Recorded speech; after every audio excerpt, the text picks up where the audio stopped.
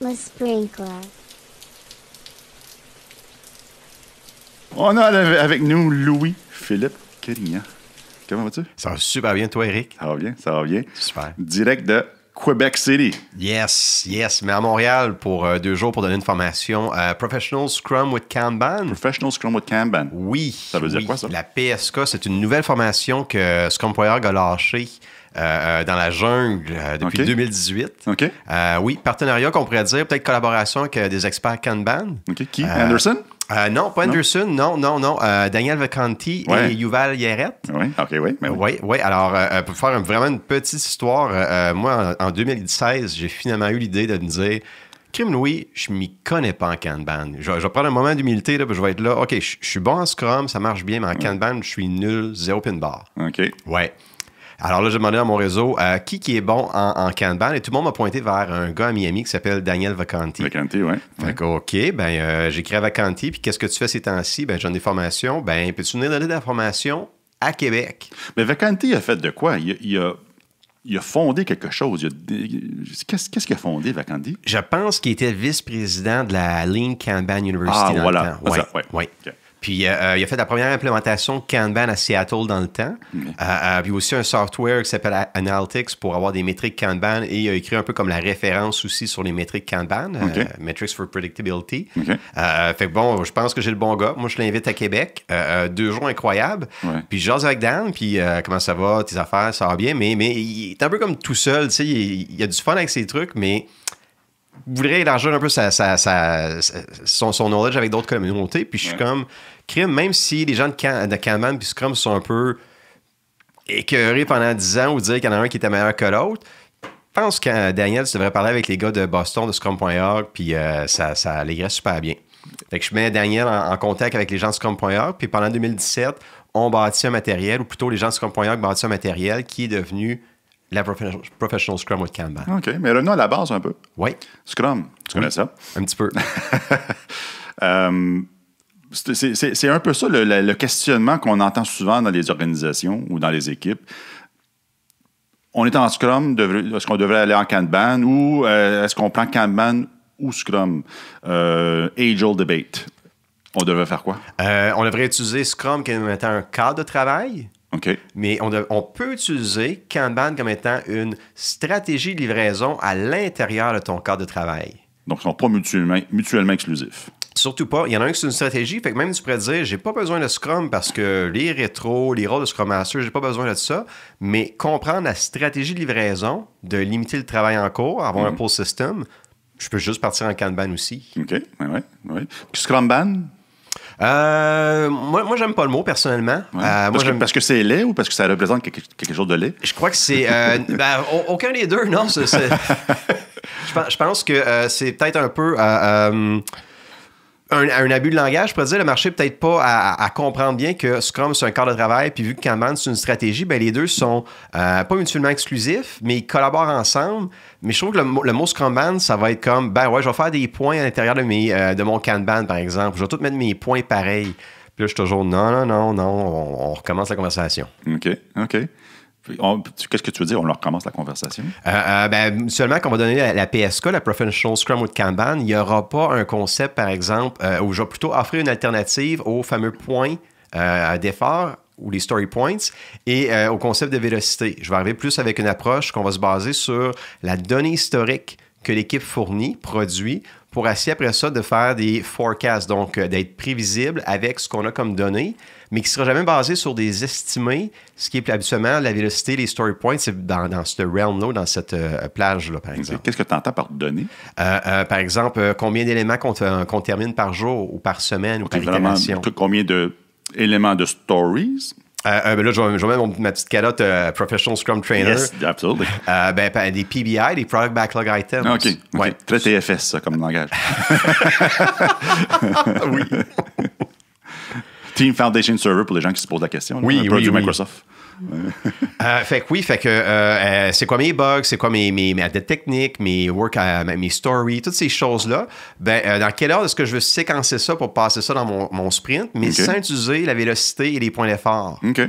Donc, le flow est calculé par le nombre d'items qui passent dans le funnel, le throughput. Oui, Ouais, et moi, je trouve qu'en tant que client, en tant que PO, ben, ma fameuse question, quand est-ce que ça va m'être livré? When will it be done? Yeah. Il y a toujours, on dirait, comme une espèce de conversion entre les points des gens TI et des gens affaires de « ouais, mais en jour personne ou en date de livraison, ça va être quand? » OK. Cette conversation-là, elle disparaît tellement avec la PSK. OK. Donc, la PSK veut dire Professional Scrum with Kanban. Kanban. OK. Oui. OK. Encore une fois, je sens le besoin de revenir à la base, encore une fois.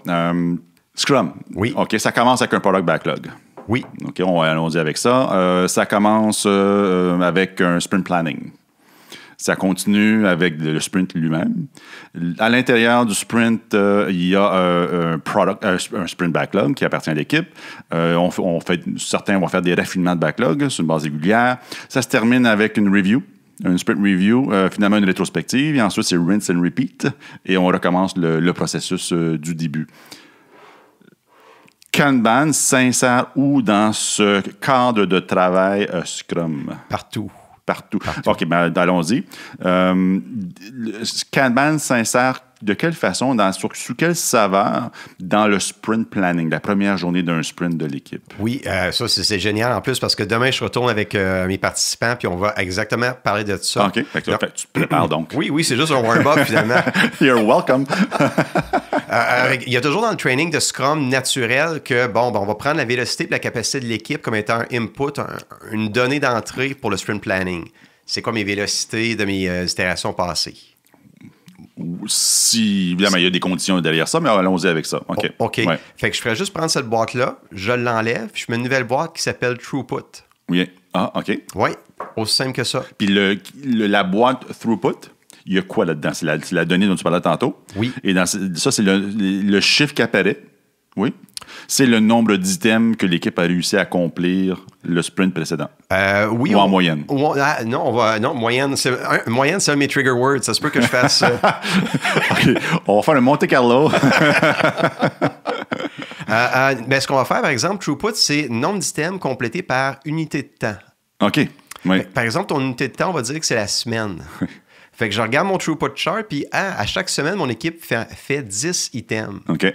Fait que si ça me prend deux semaines de faire mon itération, au planning, je vais mettre 20 items, ou je pourrais mettre jusqu'à 20 items maximum.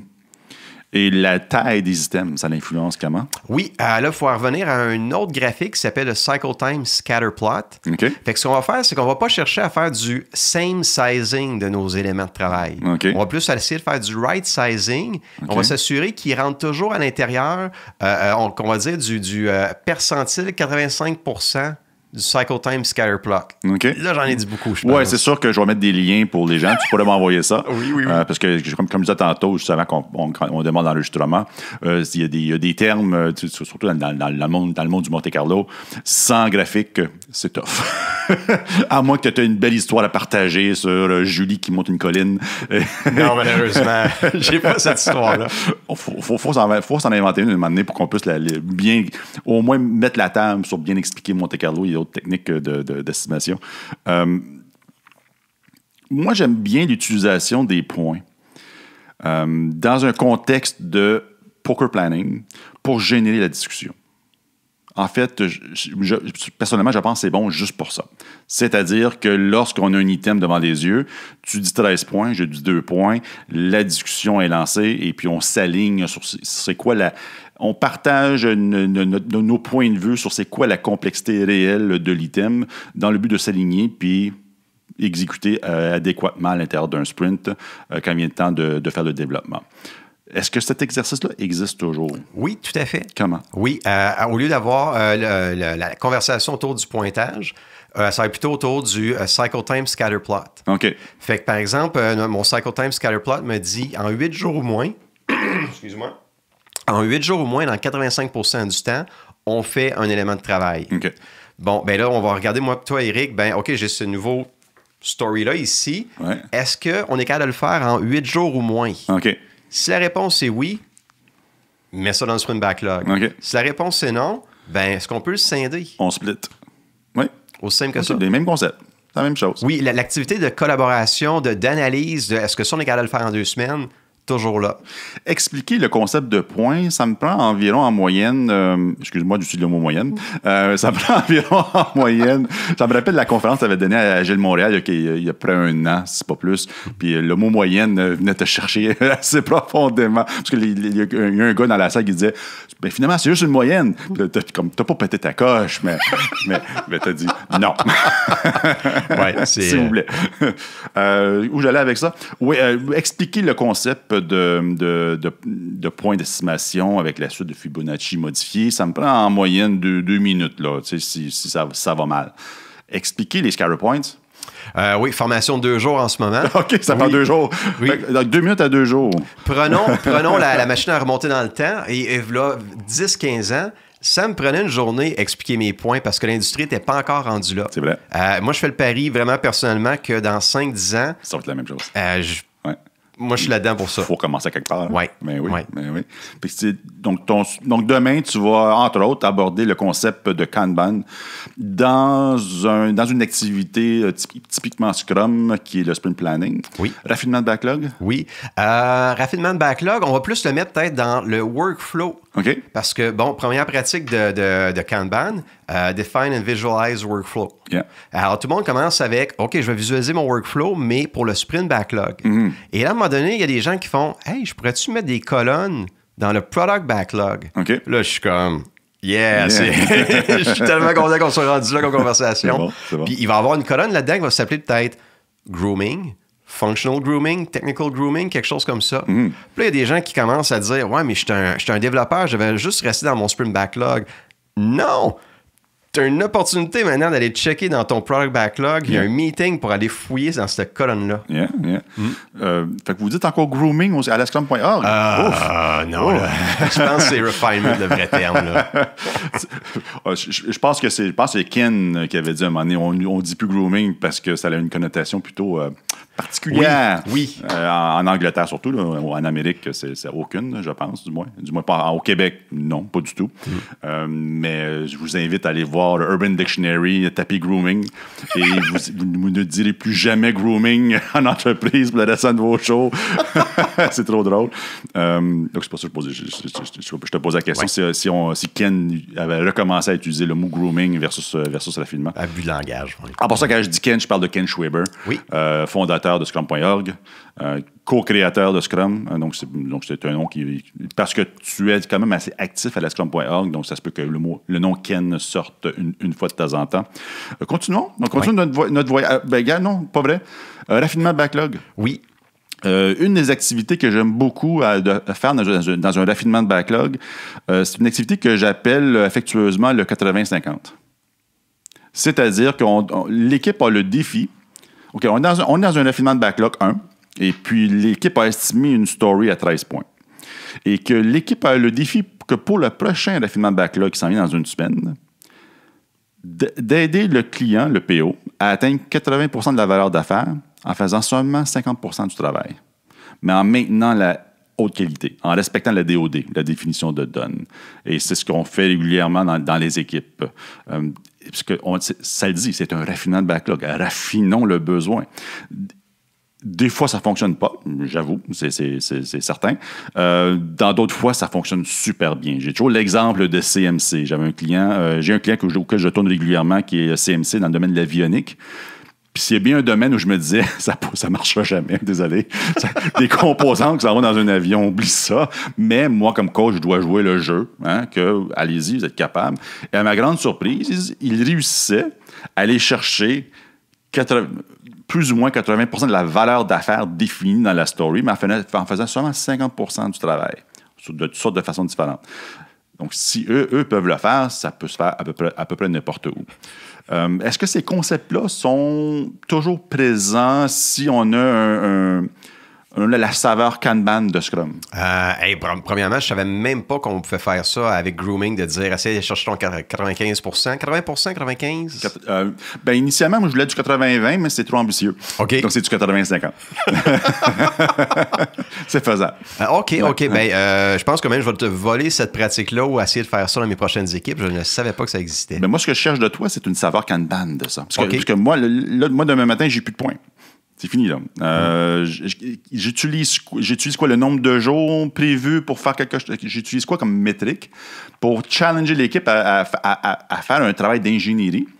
Tu sais, un peu à Apollo 13. Là, tu n'as plus des systèmes à pu finir pour revenir à la Terre. Tout ce que tu as maintenant, c'est l'énergie d'une ampoule. Là, la contrainte fait bouger l'imagination, l'innovation, la conversation. Et si l'équipe le prend de la bonne façon, c'est le fun. C'est cool. C'est OK, le client veut une pizza all dress.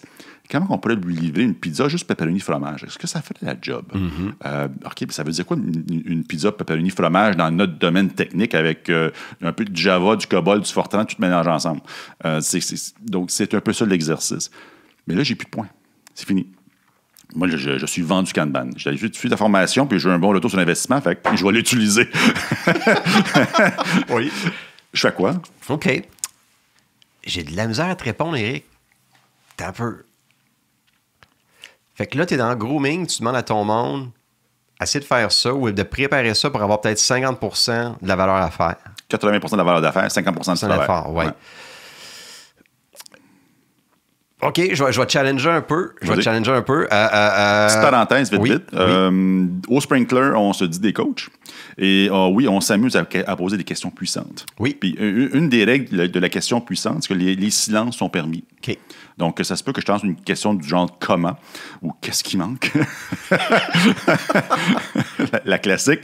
Et puis que le fait qu'il y ait un silence après la question, dans le contexte du Sprinkler, peut-être qu'à TVA, ça ne fonctionne pas. Hein? Dans un débat politique, ça ne fonctionne pas. À Sprinkler, c'est normal.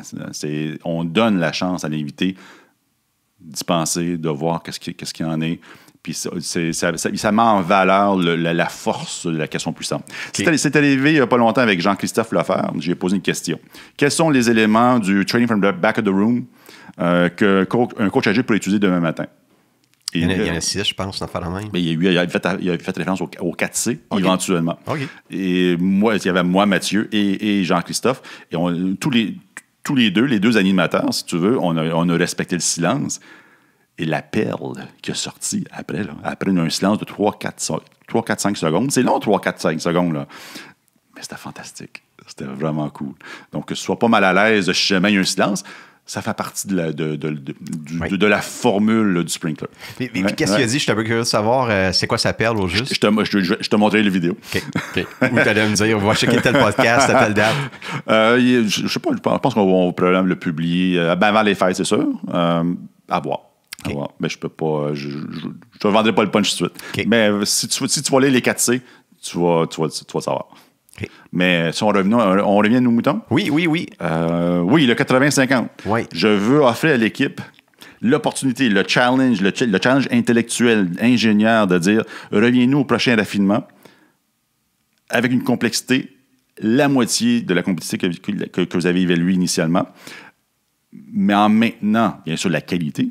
Il n'y a aucun compromis là-dessus.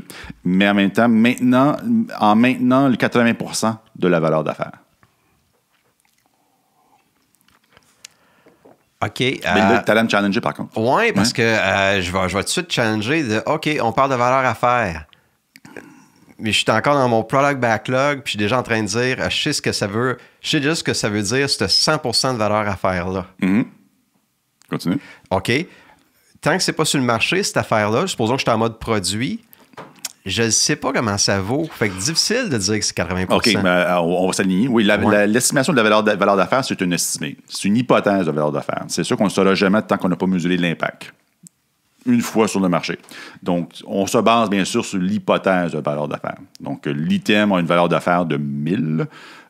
Si on baisse à 800, qu'est-ce que ça veut dire? Qu'est-ce qu'on sort? Qu'est-ce qu'on enlève? Qu'est-ce qu'on raffine? Qu'est-ce qu'on ajuste un petit peu? Puis qu'est-ce que ça veut dire côté développement? Donc, la question, c'est vraiment sur quoi je peux m'appuyer si j'ai plus de points pour le faire? Oui.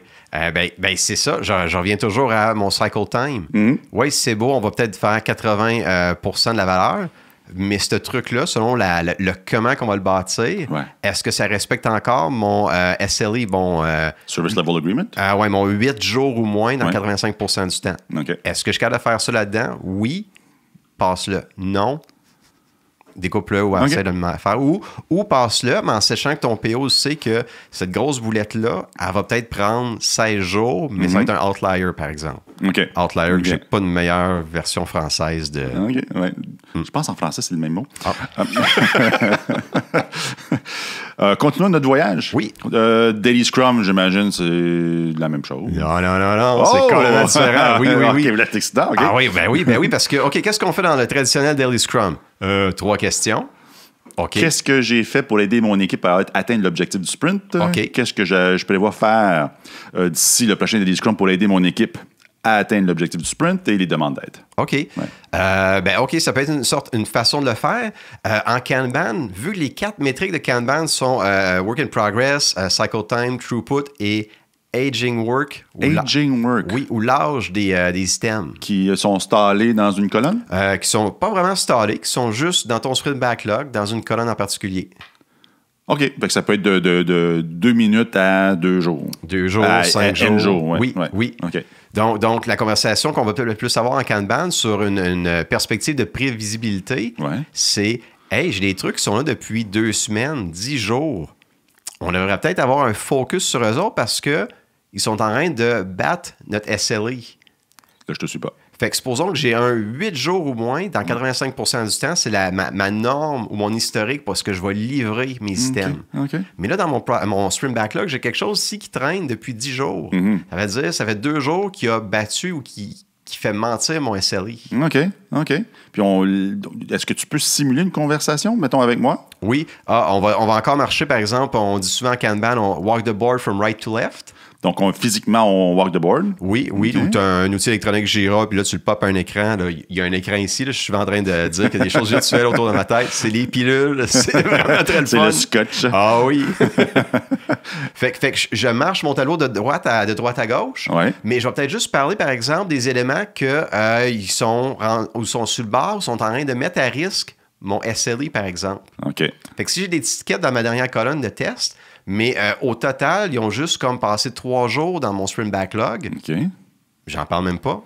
Est-ce qu'on fait quand même est-ce que chaque individu s'exprime dans le Daily Scrum ou c'est différent? Ça va être différent. On va plus parler du travail. OK. Donc, je ne veux pas dire cacophonique, là, mais c'est tout le monde peut contribuer. Il n'y a pas d'ordre de parole. Ça va être l'ordre de ce qui est peut-être en train de faire, comment je peux dire, qui va être en retard selon notre prévisibilité, qui va faire parler les gens. OK. Fait qu'au lieu que juste que je parle, que je dois répondre à 3, peu importe de questions, ben je vais plus parler en lien avec ce qui est sur le tableau puis qui est en train d'être en retard. OK. Fait que c'est le travail qui drive la conversation. OK. Moi, je capote. Oui. Des fois, les Daily Scrum, c'est fantastique, formidable. Des fois, c'est poche. C'est pénible, C'est pénible. Oui. Puis, j'ai l'impression qu'on est toujours contraint à utiliser la formule qui existe depuis 95, finalement. Scrum existe depuis 95. Puis, ça vaut la peine d'avoir au moins une autre formule de Daily Scrum pour mettre en lumière certaines choses et puis nous amener à prendre des décisions différentes basées sur une conversation différente. Oui. Fait que je vais faire des recherches. J'essaie de t'amener à simuler Mary Paul, qui dans un daily stand-up ou d'un daily meeting en format Kanban, je me demande qu'est-ce que Mary va dire. Ça se peut qu'elle dise rien parce que si tout est encore dans la zone, on va appeler ça la zone verte, parce qu'il y a des petits indicateurs que tu peux voir si c'est encore à risque ou c'est encore dans le green zone. S'il n'y a rien à dire. Ça doit arriver une fois par centenaire. Non.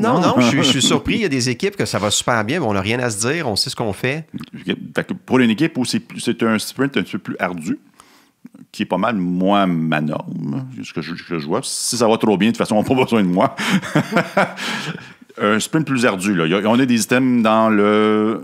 Y a-tu des couleurs? Tu as dit le vert. Est-ce qu'il y a du jaune, puis du rouge, puis du carotté? Absolument. Il va y avoir du jaune, du rouge, pas du carotté, par exemple. Il va y avoir du rouge foncé pour dire oups, t'as manqué ton SLA, t'es rendu à 12 jours, t'es dans zone rouge, gère-le. Puis le SLA est basé sur un item de backlog ou des items de backlog et leurs sous-tâches? Il est seulement basé sur l'historique de tes éléments de valeur. Fait que les sous-tâches, ils seront même pas dans ton sprint backlog. Ouais, les sous-tâches, ça va devenir plus une pratique complémentaire si t'en as besoin. Je vois. OK.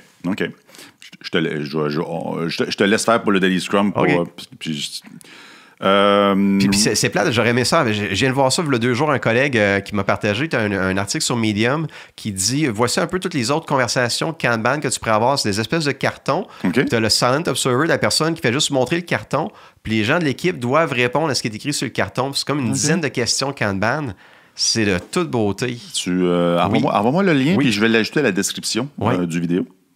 Fait que les gens pourront aller consulter ça. Parce que c'est très difficile. C'est très difficile à expliquer sans tableau et compagnie.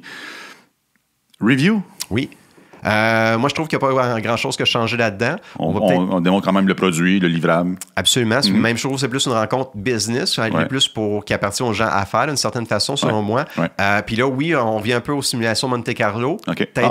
Oui, est-ce qu'on pourrait les jouer peut-être avant, peut-être la demi-heure avant ou la journée avant, ou est-ce qu'on remonte un peu les stats avec les dates de livraison potentielles?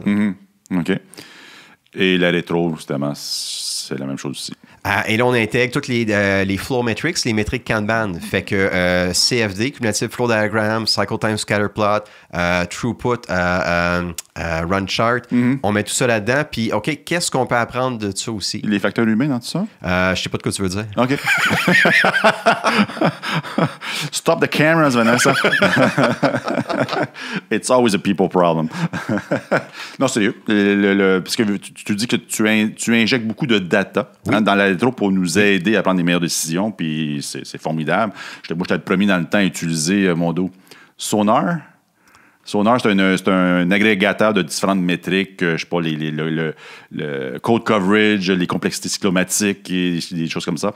Et puis, souvent, on l'utilisait pour alimenter une rétrospective. Évidemment, tu le sais autant que moi, souvent, c'est ça aussi le facteur humain qu'on doit aborder, qu'on doit confronter dans une rétrospective. Oui. Oui, absolument. Ouais. Ça bouge pas. Ça bouge pas. C'est ça. C'est du Scrum traditionnel. On peut parler de problème humain. Il y a même une formation, je pense, PSM2 qui bonifie tout ça. Puis tu as tout à fait raison. Moi, ma formation, plutôt la formation que j'aime beaucoup, la PSK, est énormément data-centric. Il y a énormément de données, puis on essaie de débroussailler tout ça. Oui. Y a-t-il un risque qu'on soit trop dans les datas puis qu'on se cache derrière les datas pour pas aborder les vrais problèmes humains? Oui, puis je serais d'accord avec ça que c'est peut-être, je dirais pas un risque, mais à garder en tête que c'est du data de plus, qu'on est capable de pas mal interpréter de la même façon, mais après ça, les décisions qui peuvent découler de ça, les problèmes humains peuvent rentrer en ligne de compte. Oui. Okay. Les classiques sont encore là dans le Kanban? Cycle time, lead time, max whip. Cycle time, on a épuré le terme lead time. On est vraiment juste resté sur cycle time. OK. Tu as épuré le lead time? Là, c'est plus... Vu que c'est Daniel Vacanti et Yuval qui ont bâti ça, c'est ça qu'on était le fond. On était chanceux que les gars sont arrivés avec leur knowledge, puis eux, ils voyaient plus comme étant juste cycle time dans la conversation. OK. Donc, les sujets que tu as abordés aujourd'hui, ça ressemblait à quoi, la formation? Oui, première journée, toujours le fun parce qu'on commence avec, on revient à c'est quoi Scrum? Et là, on a des belles questions comme par exemple, est-ce qu'on s'engage? Est-ce qu'il y a un commitment au sprint? Ah oui. Et là, il y a un paquet de gens, comme aujourd'hui, il y a 2-3 personnes. Ben oui, on s'engage, un commit, on s'engage à ça. Et là, je fais dans Scrum, le Scrum Guide, OK, on va chercher le mot engagement. Il n'y a rien vendu. Fait que j'avais un participant là, qui était comme avec les bras croisés, puis il gérait. Mais c'est normal. Puis même moi, pendant 10 ans, je disais ça, ben oui, il faut s'engager, puis ça rassure la gestion en même temps. Et même moi, j'étais dans le champ, là. Ça va être coupé au montage, hein, ce bout-là. Pas en tout. Merde. Pas en tout. C'est la norme. C'est sûr que quand j'arrive, je challenge pas ce concept-là, pour commencer.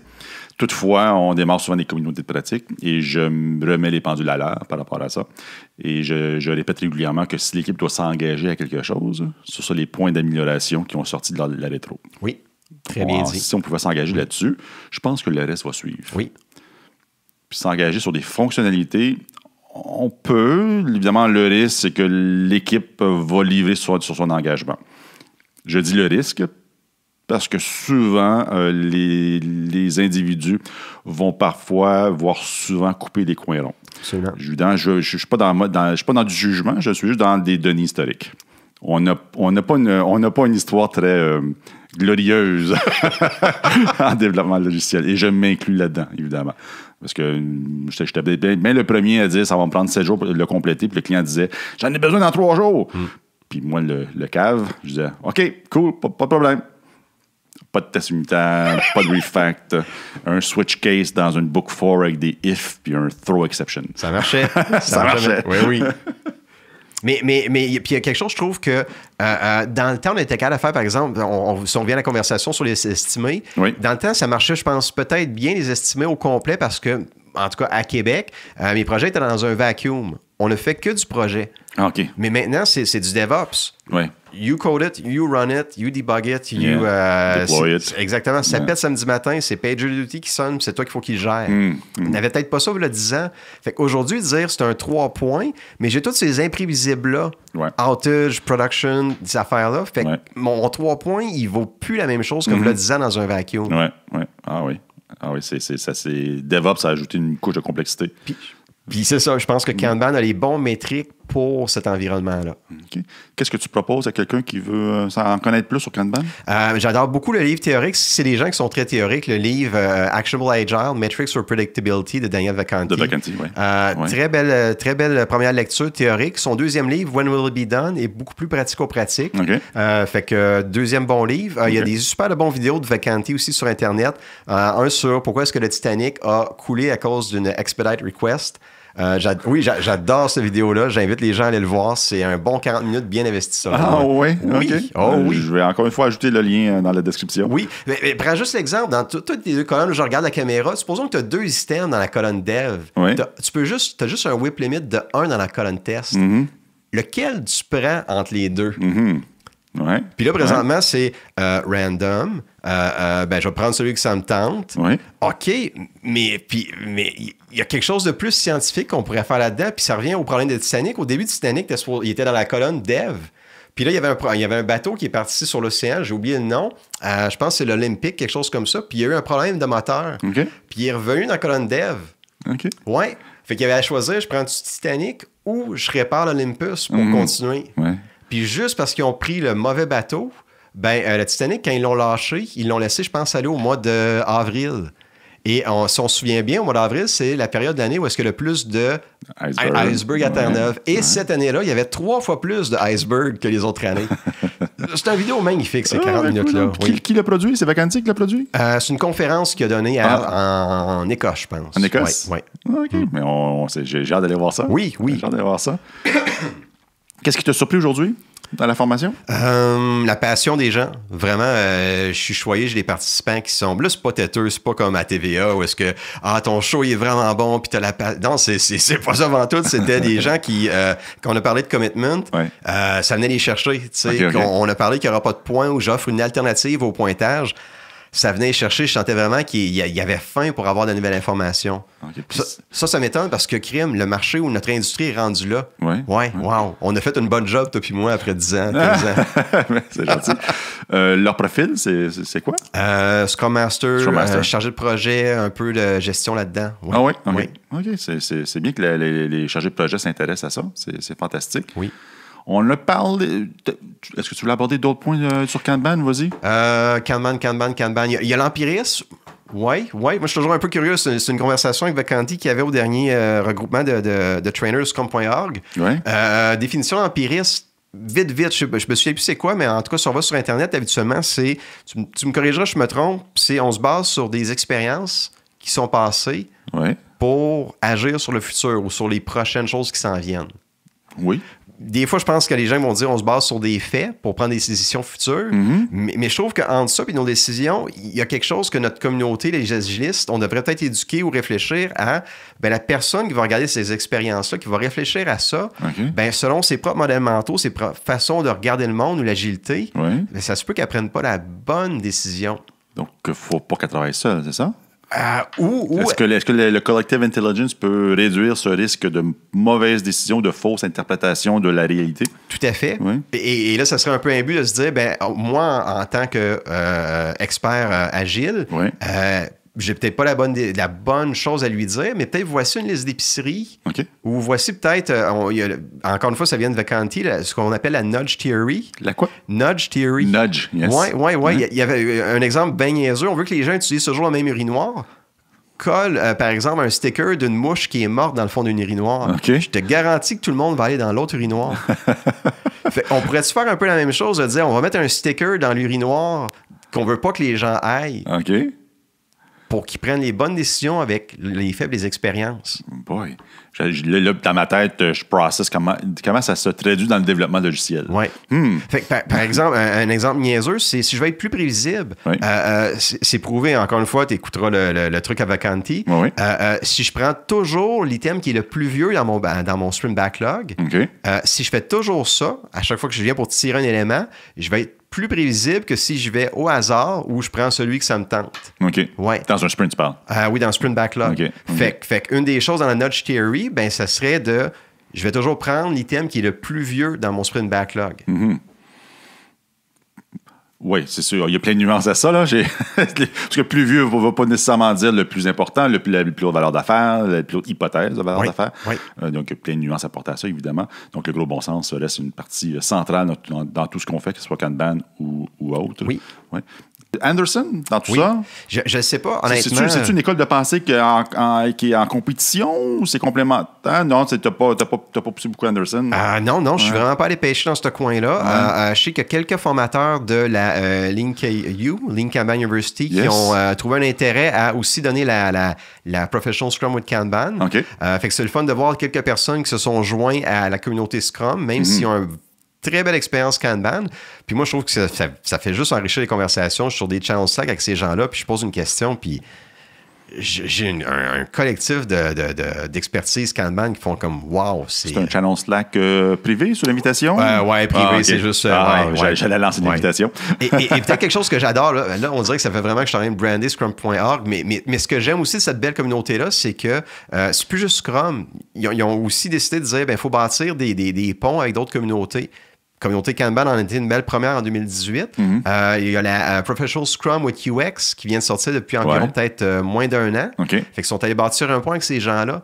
Fait que je trouve ça le fun de dire, OK, on n'a peut-être pas pris l'avenue scaling ou enterprise, mais il y a tellement de choses à faire encore dans une profession. Par exemple, peut-être même une prochaine chose pourrait être Scrum with DevOps, par exemple. Fait qu'il y a tellement de belles choses encore au niveau des équipes à développer que... Oui, l'avenir, après moi, pour moi, selon avec Scrum.org est... Mais vas-y, parle de Scrum.org. Je t'ai invité en partie parce que tu es actif dans la Scrum.org. Puis, pour nous deux, Scrum.org ou Scrum Alliance, c'est comme dire fourchette puis couteau, là. on y pense même peu. Mais il y a beaucoup de gens qui ne connaissent pas la Scrum.org. Ils n'ont aucune idée c'est quoi. Puis si je dis Scrum.org, la réponse va être ça va-tu, Eric? Scrum.org. T'as quelque chose dans la gorge? Ouais, c'est quoi es-tu en mesure d'offrir une petite historique de Scrum.org? Grosso modo, en 30 secondes. 30 secondes, un des deux gars qui a créé ou qui a écrit le Scrum, fondé Scrum, Ken Schwaber, était avec la Scrum Alliance jusqu'en 2009 environ. Ben, c'est lui qui a créé la Scrum Alliance. Hein? Exactement. Est-ce que c'était fait avec Jeff Sutherland ou pas? Je me souviens pas. C'est pas non plus. Non plus. On est rendu on est rendu à dire... Dans le temps! Dans le temps, il n'y en avait pas de Scrum. Puis, puis grosso modo, Ken a décidé de partir la Scrum.org. Il voulait vraiment que ce soit le House of Scrum, la maison de Scrum, où est-ce que les gens peuvent se retrouver. Et moi, dans le temps, j'étais très attiré par la mission de Scrum, qui est vraiment une coupe de ligne, c'est d'améliorer la profession du développement logiciel. Puis moi, je trouve que ça vit dans mes valeurs, cette chose-là. Puis quand je donne la Professional Scrum with Kanban, je vis ça avant tout. Oui. Fait qu'il part ça, puis par un processus de sélection, tu soumets ta candidature pour être un formateur avec Scrum.org. Okay. Et au début, il y avait juste 3 formations, Scrum Master, PO et développeur. Il y avait développeur au début? Oui, PSD était là. Oui. Parce que Scrum Alliance, il me semble qu'il ne l'avait pas, ça. C'est pas encore. Je me semble, je sais pas. Dans le temps, là. C'est là que on est vieux. Oui. je peux me tromper. J'ai jamais été très, très, très près des certification bodies. Tu me connais un petit peu. Oui. C'est un domaine, particulier, mais en même temps, le contenu des formations est tellement important, c'est ça qui est le plus important. Oui. C'est ça qui est le plus important au final. Puis je te rejoins quelque part, oui, c'est juste une formation, mais ça prouve pas X, Y. Oui, t'as un bon point là-dedans, oui. C'est ça, je me répète, là, c'est le fléau des certifications, c'est au niveau des RH, souvent au niveau du recrutement. Entre moi et Bob qui sort d'une université puis qui a une certif PS, whatever, il y a des chances qu'il passe avant moi. Moi, je passe pas les filtres. J'ai fait les formations, mais j'affiche jamais mes certifications. Moi, j'ai aucune lettre après mon nom. C'est ça qui va rester jusqu'à la fin de mes jours. Éric Laramé. Coach Agile, point. That's it. Coach Agile. Je suis bien heureux avec Coach Agile. Ça va bien. Fait que on va y aller comme ça. Sauf que je suis le premier à dire aux gens, va suivre cette formation-là. Ça va te faire du bien. Si tu veux faire l'assertif après, fallait, là, tu vas aller sur un ordi. Moi, j'ai fait l'assertif de la Scrum Alliance. Il n'y avait même pas d'examen. J'étais assis 2 jours à faire des activités, puis à la fin, on me donnait un papier que j'étais certifié. Fantastique. Pour un gars qui venait de faire une certification en Java, qui avait étudié comme un malade pour pouvoir la réussir, c'était très différent. En même temps, je suis content d'avoir fait de la formation à ce moment-là. C'était en 2004, je pense. C'était ta dernière formation depuis ce temps-là? Ou... Que j'ai suivi. Sur Scrum, oui. C'est la seule. En fait, c'est la seule formation avec un lien avec la certif dans le domaine de Scrum. Là, quand on parle de que ce soit développeur, que ce soit Scrum Master ou PO. J'ai fait seulement qu'une formation. Okay. Ouais. C'était avec François Beauregard. Management 3.0 ou Ça, je l'ai fait, mais je n'associe pas ça à Scrum du tout. Là. Okay. Ouais, je l'ai fait avec Jürgen qui est venu à Montréal. Wow. Ouais, c'était vraiment cool. C'était le fun. Un chic type. On a bifurqué un petit peu. Scrum.org. Je veux faire un peu de pouce sur quand même les certifications ou l'examen Scrum with Kanban. Je l'aime pour une raison particulière où est-ce que tout le monde, je trouve, dans mon réseau ou dans mon champ, surtout à Québec, tout le monde dit oui, je connais ça Kanban. Oui. OK, fais donc un assessment, fais donc un examen, 15 questions gratos, dis-moi non ton score après. Puis là, il n'ose pas me le dire. Un exemple de question? Par exemple, est-ce que Kanban... Mets-toi pas dans le trou avec la Scrum.org, mais un exemple de question. Oui, est-ce que Kanban a un impact ou change Scrum? C'est une forme d'implémentation de Scrum. De la manière qu'on l'a cadré, vu que Kanban est une stratégie de livraison, ça a un impact sur les événements Scrum. Sauf que vraiment, je pense, une des premières diapositives quand on parle de la formation. Ouais. Règle 0 de la formation, Scrum ne change pas. Oui, OK, voilà. Donc, la réponse, c'est elle a un impact sur comment j'exécute Scrum, mais Scrum n'est pas changé. OK. Est-ce qu'il y a des questions techniques dans la certif? Oui, il y en a une couple de durs, puis on les a enlevés parce que... puis même, je peux comprendre. Donc, tu as participé à enlever à travailler les examens? Oui, ça me passionnait à un point tel que... Puis je le faisais parce que ma profession, je pense qu'elle va y gagner à faire ça pour moi, en tant qu'individu, m'auto-challenger de voir est-ce que je comprends vraiment c'est quoi Kanban? Voici un 15 questions gratuites. Puis, non, finalement, j'ai de la misère à répondre. Puis, j'ai une bonne introspection. Qu'est-ce que ça dit au juste sur peut-être ma connaissance? OK. Qu'est-ce qui s'en vient, la Scrum.org? Qu'est-ce qui s'en vient? On cherche toujours des scoops ici, tout le temps. Des scoops de geeks de l'agilité. Je ne l'ai pas vu, j'ai pas pris le temps de regarder, mais ils ont une belle page qui explique un peu le processus d'expérimentation, de dire, soumets-nous une expérience, puis on va t'accompagner pour la réaliser. Fait que ça, c'est génial parce que ça vient, je trouve, un petit peu rejoindre le Lean Startup de... Tu le sais pas, mais essaye-le, fais une petite expérience pour apprendre à ton marché. Puis voter en conséquence. Oui, fait que je trouve que c'est génial comme une organisation. Puis moi, ça fait 10 ans quasiment que je suis avec eux. Je reconnais pas cette organisation-là de 10 ans parce que le Inspect and Adapt, à l'intérieur d'eux-mêmes, à chaque fois que je vais à les rencontres de formateurs, c'est mes 2 meilleures journées de formation dans l'année. C'est magnifique. Allons-y un peu plus mollo. L'agilité à Québec? Comment ça se passe? Moi, je pose la question parce que, d'un, tu es de Québec. Et moi, j'ai fait mes premières dents beaucoup à Québec, les compagnies d'assurance, les promutuels de ce monde, et puis quelques heures à la DGAG. Qu'est-ce que tu dis, Éric? Quelques heures? On n'ira pas dans les détails. Qu'est-ce qui se passe dans l'agilité à Québec ces jours-ci? Moi, je pense de ce que je vois beaucoup, c'est plus du top-down. D'une certaine façon, je trouve ça le fun parce que la gestion embarque. Mais ce que je perçois, ce que j'ai vécu, peut-être que les gens plus des équipes se cherchent un petit peu là-dedans quand ça arrive d'en haut, puis ils sont peut-être pas prêts, ils n'ont pas le goût, ils ont passé à d'autres choses. Ouais. C'est un peu ça que je remarque. Mais c'est très vivant. En début d'année, je me suis un peu en plus... pas un peu, je me suis pas mal... pas intéressé, mais j'ai copié un peu ton... Je pense que c'était toi ou une communauté qui faisait le Agile Open à Montréal. Moi, je regardais ça aller sur LinkedIn, puis j'étais comme, faut faire ça à Québec. C'est donc bien intelligent. C'était sold out. Oui. Il y en a un qui s'en vient bientôt, là. OK. Quelle date? Pas de date encore. Ah, OK. Mais on va voir la date bientôt. Là. J'imagine demain ou lundi. Fait que ça m'a énormément inspiré. Fait que, OK, on fait la même chose à Québec. Fait que je pense qu'au mois de novembre 2019, on fait le 5e rencontre un peu de Agile Open Gathering pour les agilistes, par les agilistes qui veulent venir échanger pendant une journée complète, un samedi. Dernière fois, on était 20. Je pense qu'on va sûrement être 30 la prochaine fois, qui est un peu notre limite. Moi, si j'avais une prévision à faire, ce serait donc le fun d'avoir un Agile Tour à Québec, où il y a 1200 personnes en 2020, mais en open space. Oui. Comme la moitié de l'Agile Tour est en open space. L'autre moitié, c'est, tes conférences, viens plugger ton show, mais l'autre, c'est du open space. Open space, oui. Ouais. On a parlé avec Stéphane Bourque il y a pas longtemps. Okay. On disait qu'on aime beaucoup la formule Agile Tour, c'est le fun. Il y a beaucoup de gens. À Montréal, c'est comme 1800 participants maintenant. Là. Fait que c'est plus notre petit Agile Tour à nous tout seuls, avec 250 personnes. C'est rendu un gros événement, avec tout le bon et le moins bon qui vient avec ça. Si je mets le focus sur le bon, mais c'est de l'injection d'idées nouvelles. Pour ça, je trouve ça fantastique. Oui. L'inconvénient d'une conférence classique à l'Agile Tour, c'est que les sujets qui sont soumis, ils ont été soumis il y a quelques temps.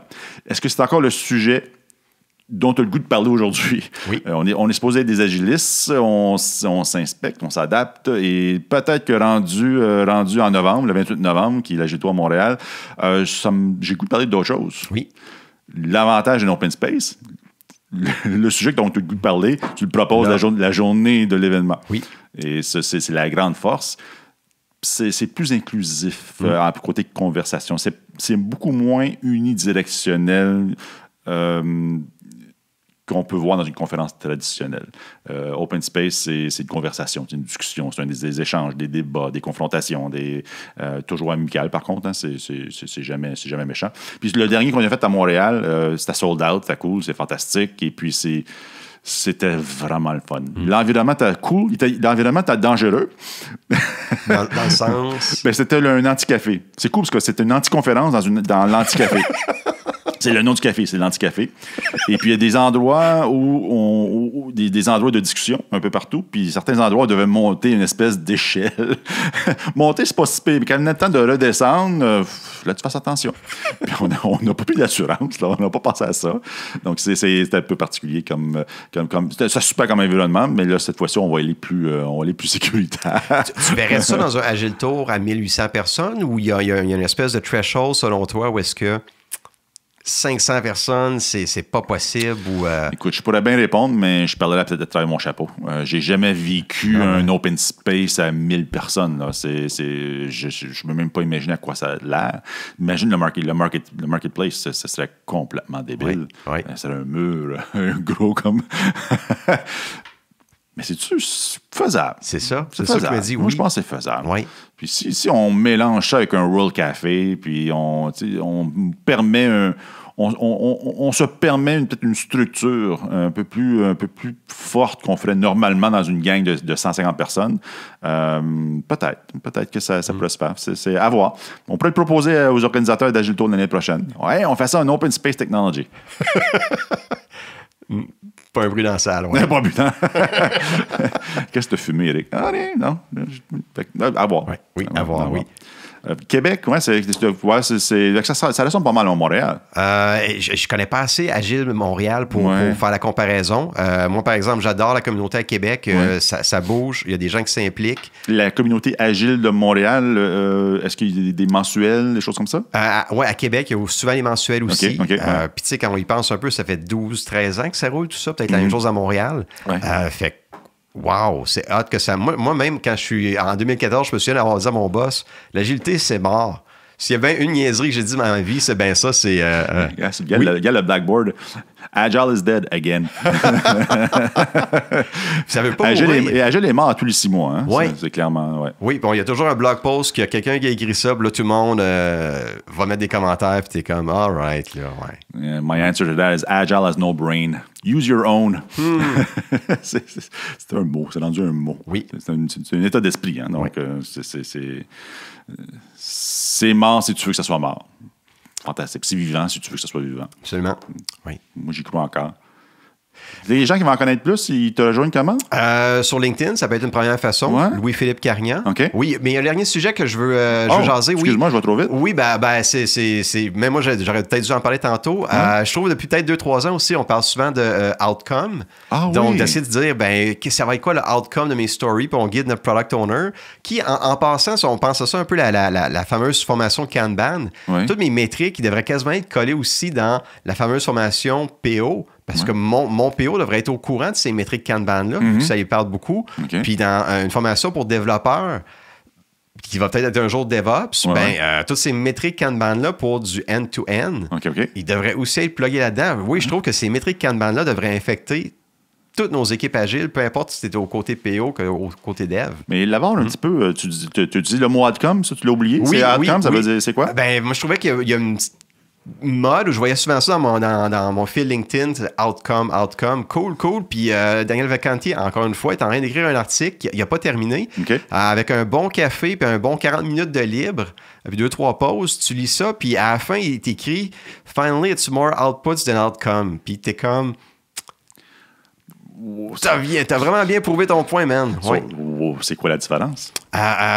Lui, il part avec l'idée de base que au moment où est-ce que tu viens prendre ta décision de dire je vais faire ça, par exemple pour dire ça je vais livrer de la valeur, par exemple un correcteur dans Google Docs, je ne sais pas si les gens vont aimer mon correcteur.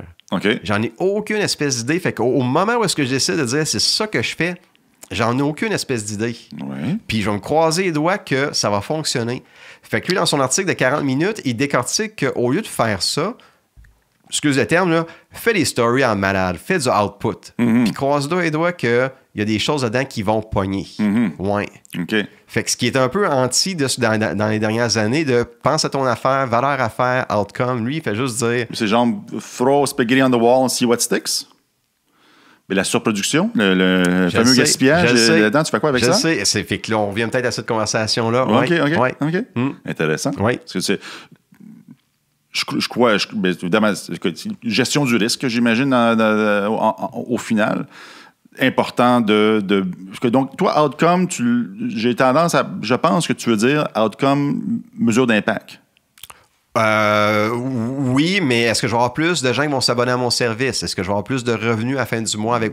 Mesure d'impact, oui. OK, mesure d'impact, oui. Parce que, comme on disait tantôt, la valeur d'affaires, ça vaut ce que ça vaut. C'est une hypothèse, on ne sait pas. C'est basé sur nos market research, gros bon sens, et dans certains cas, le gars qui paye le plus cher qui a décidé que c'est important. Je sais pas de quoi tu parles, j'ai aucune idée. L'approche HIPPO. Tu connais-tu HIPPO? Non. Highest Paid Person Opinion. Donc, c'est pour cette raison-là qu'on cherche à ce que les équipes livrent quelque chose devant les yeux des utilisateurs et qu'on observe. On observe l'impact. Et écoute, si on avait toujours raison côté valeur d'affaires, on serait tous milliardaires. Puis c'est pas le cas. Believe me. OK. Fait que, et puis donc, ce que Vacanti dit, c'est output a lot of stuff. See what sticks. Oui, dans la dernière version, est-ce que c'est encore en écriture? Il menait pas mal vers cette opinion-là de dire fais beaucoup de stock. Comme tu as dit, see what sticks. Wow, intéressant. À suivre. Tu me demandais un peu c'est quoi les prochaines tendances. Il y a ça, puis il y a le fameux empirisme et décision. Je pense qu'il devrait y avoir un truc ici, encore une fois, je suis en ligne avec Vacanti, de dire... Il y a un chaînon manquant, puis... Oui, de guider le nudge theory, de mettre un sticker d'une abeille ou d'une mouche. Je pense qu'il y a quelque chose encore qui manque dans la profession. À creuser. Oui. Avec les gens pour te rejoindre, LinkedIn, Louis-Philippe Carignan, coach agile dans la région de Québec. Tu fais-tu juste Québec ou tu te promènes un peu? J'aime ça me promener, j'aime ça venir à Montréal, j'adore ça. Oui, j'adore, honnêtement. Oui. All right. Merci, man. Merci beaucoup, Eric. À bientôt. Bye. Salut.